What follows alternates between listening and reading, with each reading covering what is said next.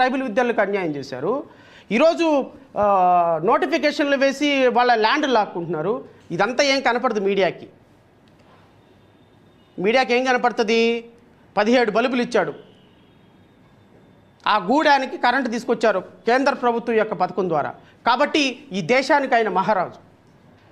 మొవల్ నగేష్ని చంపిన వాళ్ళని తీసుకొచ్చి పార్టీలో జాయిన్ చేసుకొని పార్టీ ఫండ్ తీసుకొని నిందితులను కాచి కాపాడుతుంటే మనకు కనపడుతుంది. కళ్ళకి గంతలు కట్టుకున్నాం గాంధారీలాగా.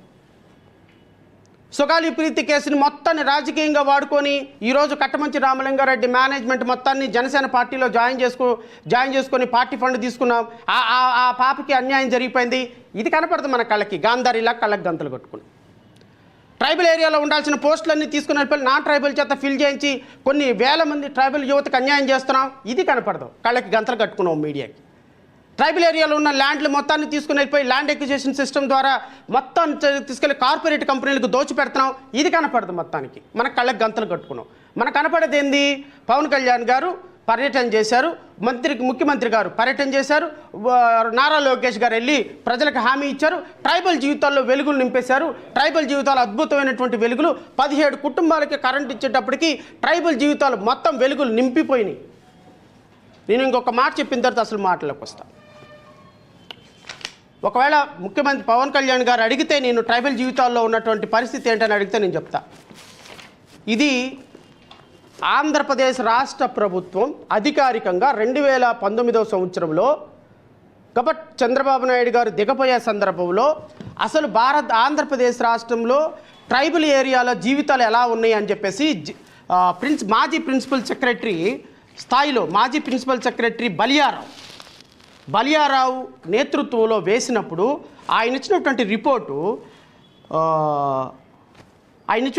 ఏందో ఒకసారి మీకు చదివి వినిపిస్తా.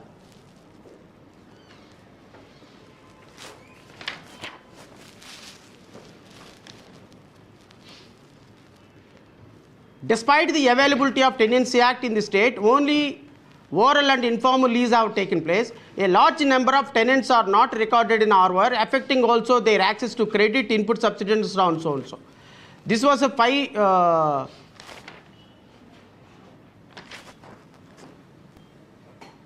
there are 48% of the lands which are given to the tribal area were in the hands of the non-tribals.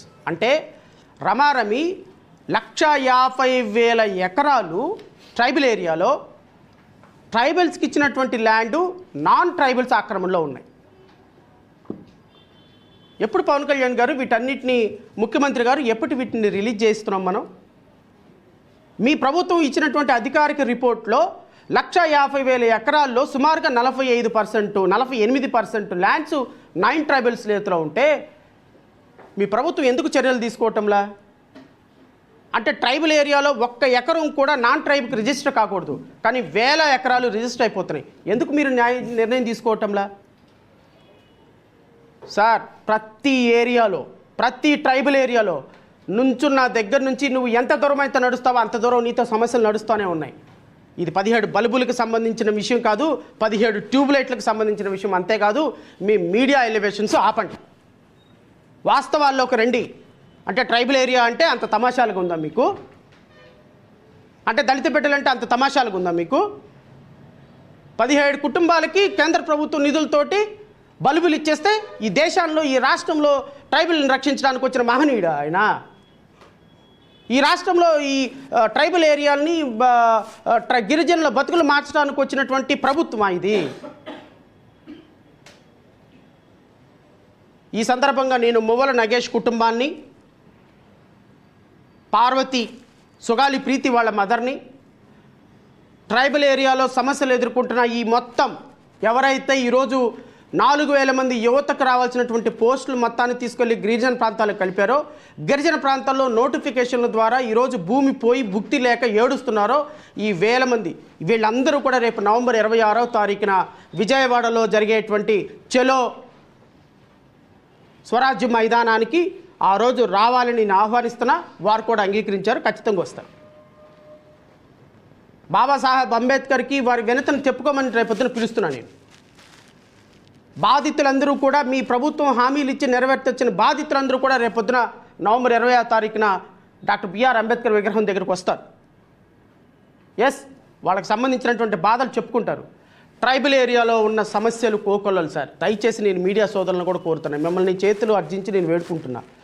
Media ఈ రోజు వరకు 78 సంవత్సరాలు అయినా కూడా ట్రైబల్ ఏరియాలో కనీసం 3 పూట్ల తినటానికి తిండి లేని ట్రైబల్ పిల్లలు సార్ వాళ్ళు. వాళ్ళకి కనీసం రోజుకి 100 రూపాయలు కూలీ రావటం కూడా చాలా గగనం. కనీసం వాళ్ళ ఇంట్లో పడుకున్న తర్వాత ఒక ఫ్యాన్ కదుగుతా ప్రాపర్గా పడుకోవడానికి ఒక చిన్న బెడ్ కూడా ఉండదు పరిస్థితి. అలాంటి నిరుపేద బతుకులు, దుర్మార్గమైన బ్రతుకులు ఎవరి వల్ల అంటే మీ పాలకుల వల్ల, ఈ పాలకుల వల్ల. కొన్ని వేల సమస్యలు విలయ తాండవం చేస్తున్నాయి సార్. ఇది it is not a matter of 17 bulbs ఆ 17 బల్బులు సంబంధించింది కాదు, కేంద్ర ప్రభుత్వ పథకానికి సంబంధించింది కాదు. అరే ఇది నాకు అర్థం కాని విషయం ఏంటంటే, అంటే డబ్బులుంటే ఎలాంటి ఎలివేషన్ అయినా ఇచ్చేస్తారు సార్ మీరు. మనకి మా ఆత్మవంచన మనకి సంబంధించి ఒక కాన్షియస్ పర్మిట్ చేయదా? అరే మనం టీవీ 10 లాంటి ఒక పేద ప్రజల భావజాలం కలిగినటువంటి వామపక్షాల భావం కలిగినటువంటి టీవీ 10 కూడా, ఎన్టీవీ కూడా ఇలాంటి కథనాలు ప్రచారం చేస్తే ఏమనుకుంటున్నారు మీరు? నాకు అర్థం కావటం లేదు. వాస్తవాలు ఇంకో పట్టవా? రాష్ట్ర ప్రజలకి అర్థం కావా వాస్తవాలు? వెనకాల నుంచి మళ్ళీ మహర్షి సాంగులు ఏం సాంగులు నాకు అర్థం కావట్లేదు. దేనికి? నాకు నిజంగానే ఇదిగో ఈ దేశంలో, ఈ రాష్ట్రంలో ఉన్న 48% ఇంచుమించుగా రమారమి 150,000 ఎకరాల ఆక్రమణలో ఉన్నాయి. నేను మొత్తం తీసుకొచ్చి ట్రైబల్ వాళ్ళకి హ్యాండ్ ఓవర్ చేయమని చెప్తున్నానని నేను పవన్ కళ్యాణ్ గారికి వచ్చి పుష్పగుత్తం ఇచ్చి పవన్ కళ్యాణ్ గారిని సెల్యూట్ చేసి వస్తాను. నేను ఇదిగో ఈ ట్రైబల్ ఏరియాలో ఉన్న 4,000 పోస్టులు, మొత్తం షెడ్యూల్ ఏరియాలో ఉన్న పోస్టులు, నిరుద్యోగ యువతతో ఫిల్ చేయాల్సిన పోస్టులు, రెగ్యులర్ పోస్టులు ఫిల్ చేయమనండి. పవన్ కళ్యాణ్ గారి దగ్గరకు వచ్చి పవన్ కళ్యాణ్ గారికి షేక్ హ్యాండ్ ఇచ్చి ఆయన చేతిని ముద్దాడి నేను వస్తాను బయటికి. ట్రైబల్ ఏరియాలో ఉన్నటువంటి నిజమైనటువంటి బాధితులు ఈరోజు పెసా యాక్ట్ అమలుపరచకుండా కొన్ని వేల ఎకరాలు నోటిఫికేషన్ల ద్వారా తీసుకున్న అక్రమార్కులకి, వాడికి అంబానీకి, ఆదానికి రాసిచ్చేస్తున్నారు. దాన్ని అడ్రస్ చేయమని చెప్పండి. నేను జనసేన పార్టీ కార్యాలయానికి వచ్చి ప్రతి ఒక్కరికి కూడా షేక్ హ్యాండ్ ఇచ్చి మీ గురించి తప్పుగా మాట్లాడినందుకు సారీ అని చెప్పొస్తాను సార్. నేను ఎందుకు అబద్ధాలు ఎందుకు సార్? సుగాలి ప్రీతికి న్యాయం చేయలేదు, నగేష్కి న్యాయం చేయలేదు, ట్రైబల్స్కి న్యాయం చేయలేదు, ఎస్సీలకు న్యాయం చేయలేదు, మహిళలకు న్యాయం చేయలేదు, 30,000 మంది అమ్మాయిలు మిస్ అయితే ఒక్కళ్ళని కూడా బయటకు తీసుకురాలేదు. ఎందుకు సార్ ఇవన్నీ? దేనికోసం? ఏ ఎలివేషన్స్? తప్పు. మీడియా కూడా ఆలోచించండి. నేను మీడియా సోదరులను అడుగుతున్నాను, ఎందుకంటే ఈ సమాజాన్ని మార్చగలిగింది మీరే. ఈ దేశానికి స్వతంత్రం వచ్చే సందర్భంలో మాట్లాడటానికి పత్రికలు లేనప్పుడు, ప్రచార సాధనాలు లేనప్పుడు ఈ దేశంలో స్వతంత్రం రావడానికి కారణమైంది మీడియా సోదరులు. ఈ దేశాన్ని స్వతంత్రం వైపు నడిపించింది లాయర్లు. ఈరోజు లాయర్లు, మీడియా సోదరులు అనేవారు సమాజంలో బాధితుల పట్ల నుంచోకపోతే, సమాజంలో బాధితుల కోసం డిబేట్లు పెట్టకపోతే, సమాజంలో బాధితుల సమస్యలను మీరు బయటకు తీసుకురాకపోతే, ఏకాడికి ఇంకా తుఫాన్ని తీసుకొచ్చి ఇడిపెట్టారు, అటు తీసుకొచ్చి ఇడిపెట్టారు, 17 గ్రామాలకు 17 ఏళ్లకి కరెంట్ ఇచ్చాడని మీరు నాయకుల్ని, ప్రభుత్వాలను పొగుడుకోండి. కానీ మనం సాయంత్రానికి వెళ్ళి అన్నం తింటాం కదా, ఆ అన్నంలో పేదవాడి కన్నీళ్ళు కనపడుతుంటాయి, పేదవాడి రక్తం కనపడుతుంటుంది. అది ఒక్కసారి ఆలోచన చేయండి. అంతేగాని ఊరికే మనం ఎలివేషన్లు చేసుకుంటూ పోతే ఇంకా చాలా సమస్యలు ఉన్నాయి. నేను అవన్నీ ఏం చెప్పను.